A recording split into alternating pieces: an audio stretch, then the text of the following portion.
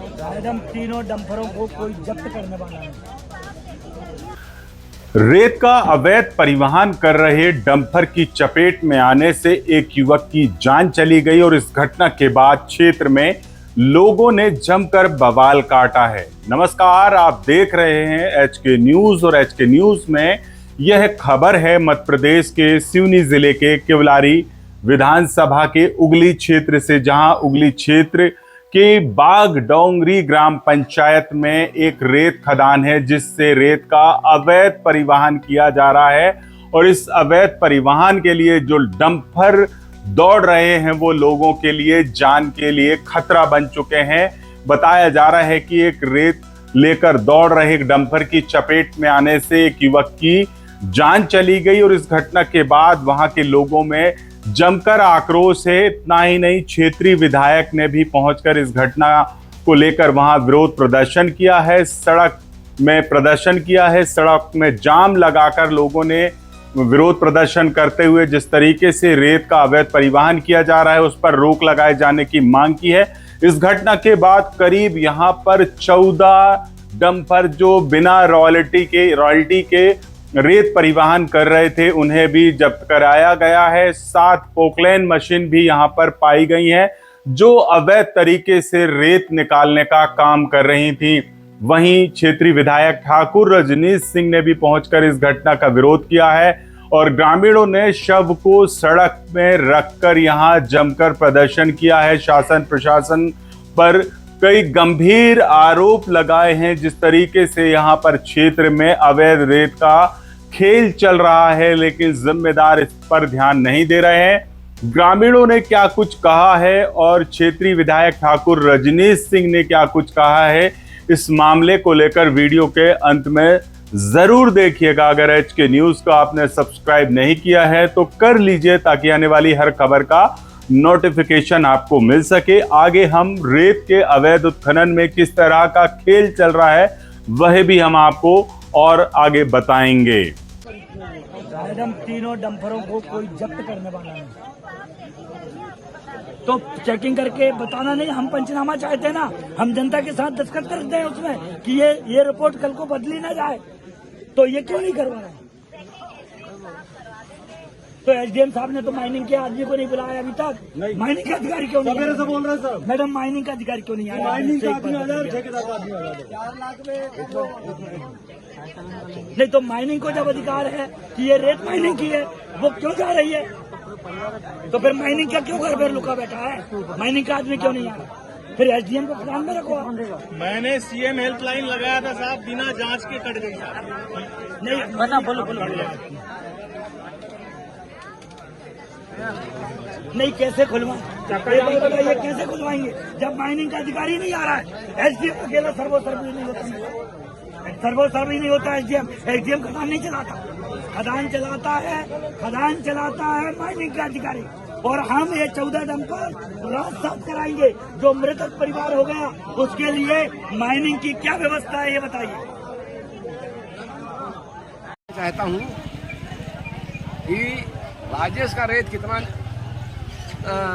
Furlong की दूरी से निकला है और वन विभाग का रेत कितने दूरी से निकला है देवगांव रास्ता के नीचे। इसकी पुशरोडिंग होना चाहिए।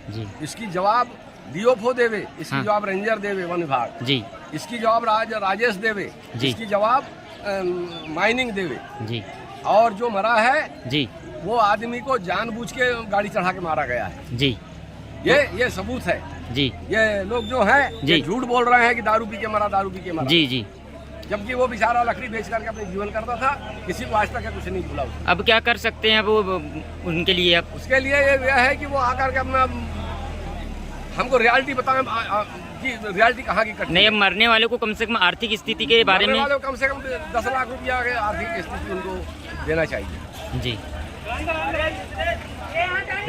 वो जो रेत निकाल रहे हैं इनको पर्ची में यहाँ टोटल अवैध उत्खनन चलता है। उत्खनन में ये डंपर बेलगाम होके बहुत तेजी से जाते हैं। दोनों साइड पटरियाँ पूरी तहस नहस हो चुकी है, जिसके कारण आए दिन कुछ ना कुछ होता रहता। आज कल रात को घटना हो गई। एक हमारे सोनी परिवार के बुजुर्ग थे, उनके पीछे कोई नहीं है ना, उनके बच्चे हैं वो बिलखते छोड़ के चले गए। अब उसके पालन पोषण कौन करेगा?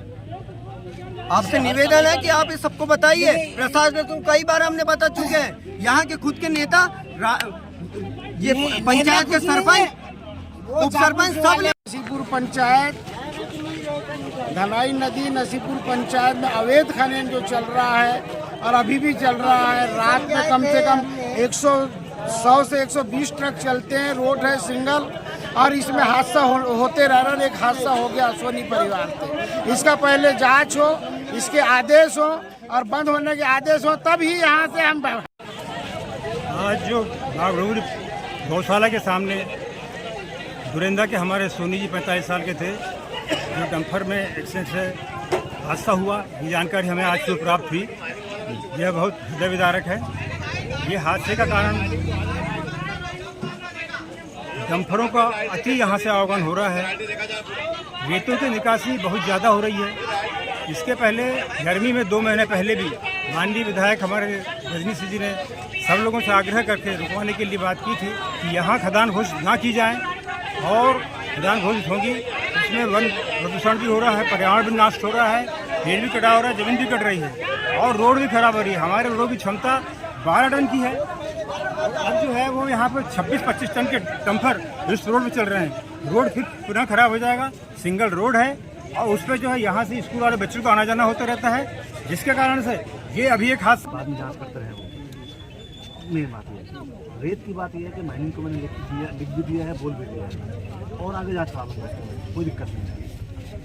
तो पब्लिक चाह रही है कि वो माइनिंग वाला आए यहाँ पर मुआवजा दिले, तुरंत के लिए तो कम से कम तुरंत तो नहीं हो पाएगा, लेकिन केस बनाएंगे उसका, उसके प्रावधान तरीके हैं, उससे सैंक्शन कराएंगे, करा देंगे, कोई दिक्कत नहीं। सर जी मैं एक चीज़ पूछूं जी।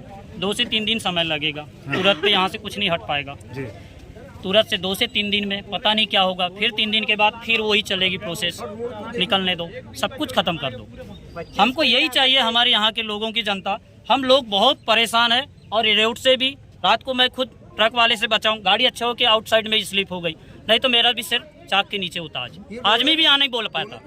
ये बताओ, ये समस्या तो हम पब्लिक की एक ही कहना है, अभी तत्काल यहाँ पे एक डंपर भी नहीं दिखना चाहिए, एक पोकलैंड भी नहीं दिखना चाहिए, तत्काल पूरा यहाँ से सफा होना चाहिए। ये इधर सुनो तो सर, इसीलिए हम ठेकेदार को भी बुलवा रहे हैं और माइनिंग को भी कि आप बताएं हमको यहाँ ठेका हुआ है या नहीं आएगा। कुछ नहीं होगा। और ये पूरा अवैध खनन है, तो आप माइनिंग वालों ने क्यों परमिशन दे दिए, कैसे दिए, पहले बताइए।